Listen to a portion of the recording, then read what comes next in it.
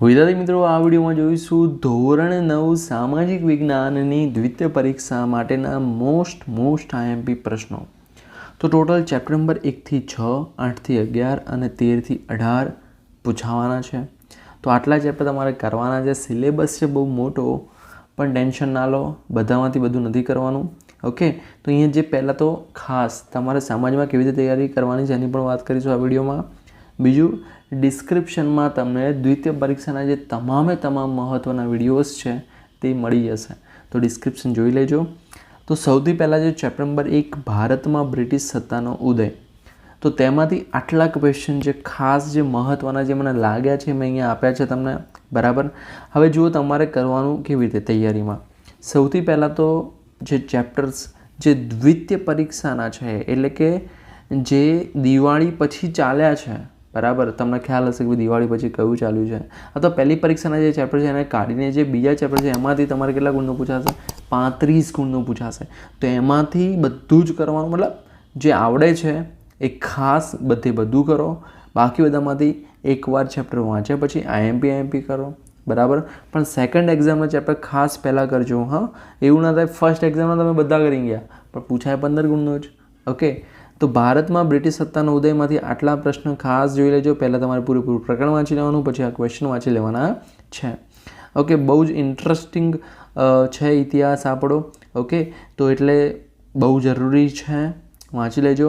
ત્યારબાદ પ્રથમ વિશ્વયુદ્ધ અને રશિયન ક્રાંતિ હેતુલક્ષી 1 ગુણનું ચેપ્ટર 1 ગુણનું પૂછાશે. ત્રીજું ચેપ્ટર નૂતન વિશ્વ તરફ પ્રયાણ હેતુલક્ષી માટે 1 ગુણનું.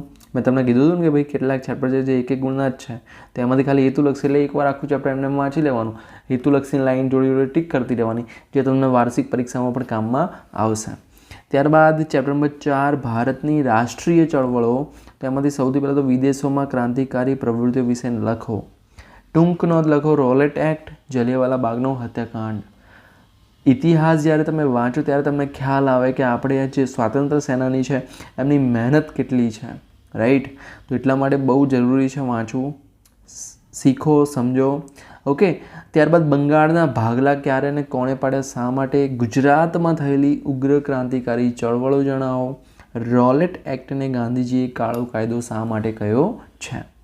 ત્યારબાદ ચેપ્ટર નંબર 5 ભારત આઝાદી તરફ પ્રયાણ, તો હિન્દ છોડો ચળવળ અને એ ચળવળના વિવિધ બનાવો જણાવો. આઝાદ હિન્દ ફૌજે ભારતને આઝાદી અપાવવા બજાવેલી કામગીરીની વિગત દર્શાવો. ટૂંક નોંધ લખો. સાયમન કમિશન, પૂર્ણ સ્વરાજની માંગણી અને દાંડી કૂચ. ત્યારબાદ ચેપ્ટર નંબર 6 1945 પછીનું વિશ્વ. તો એમાં શું છે? પહેલું, સંયુક્ત રાષ્ટ્રસંઘના હેતુઓ જણાવો.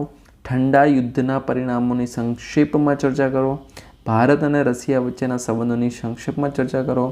લશ્કરી જૂથો નાટો, સિયાટો અને વોર્સો વિશે માહિતી આપો. પરમાણુ બિન પ્રસાર સંધિ એટલે શું? ભારતે તેના પર કેમ હસ્તાક્ષર કર્યા નથી?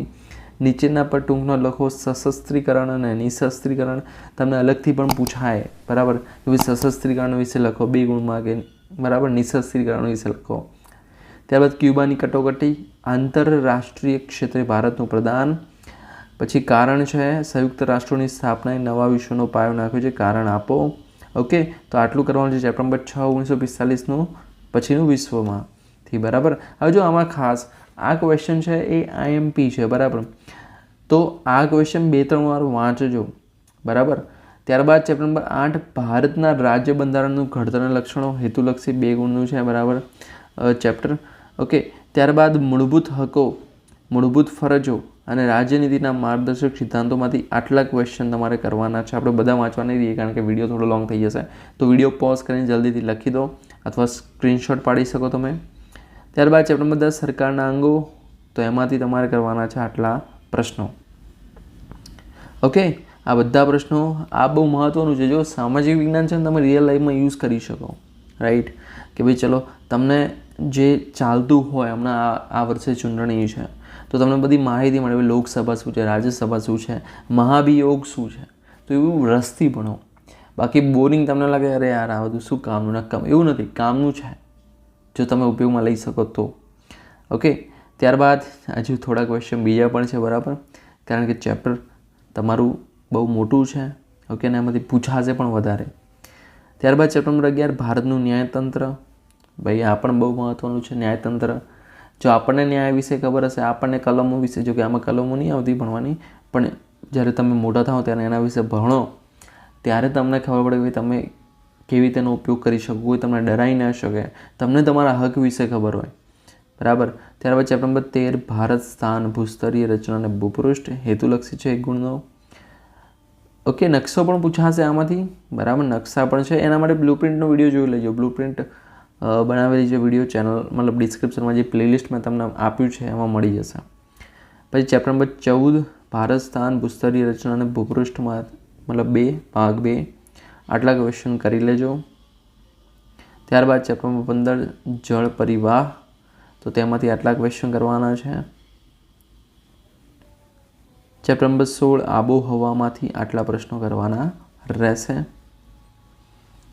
અલગ અલગ પ્રશ્નો છે, બધા જ વાંચો. આમાંથી ઘણા બધા તમારે રિવિઝન જ કરવાનું રહેશે, કારણ કે તમે આટલા ટાઈમથી તૈયારી તો કંઈક તો કરી જશે, રાઈટ. ત્યારબાદ ચેપ્ટર નંબર 17 કુદરતી વનસ્પતિમાંથી આટલા ક્વેશ્ચન, જેમાં જંગલના વિનાશની અસરો બહુ આઈએમપી છે.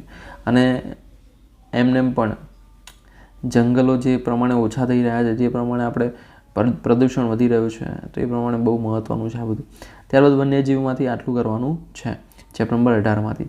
તો બસ આટલા જ છે આઈએમપી પ્રશ્નો. ઓકે, બધા જ ક્વેશ્ચન એકવાર જોઈ લેજો, તૈયાર કરી લેજો.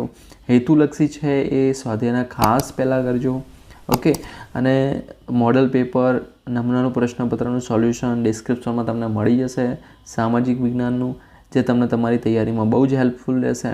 ઓકે, તો વિદ્યાર્થી મિત્રો, આઈ એમ શ્યોર આ વિડીયો તમને મદદરૂપ થયો હશે. જો થયો વિડીયો લાઇક કરો, ચેનલને સબસ્ક્રાઈબ કરો. ફરી મળીએ નેક્સ્ટ વિડીયોમાં. ત્યાં સુધી good bye, take care, all the best.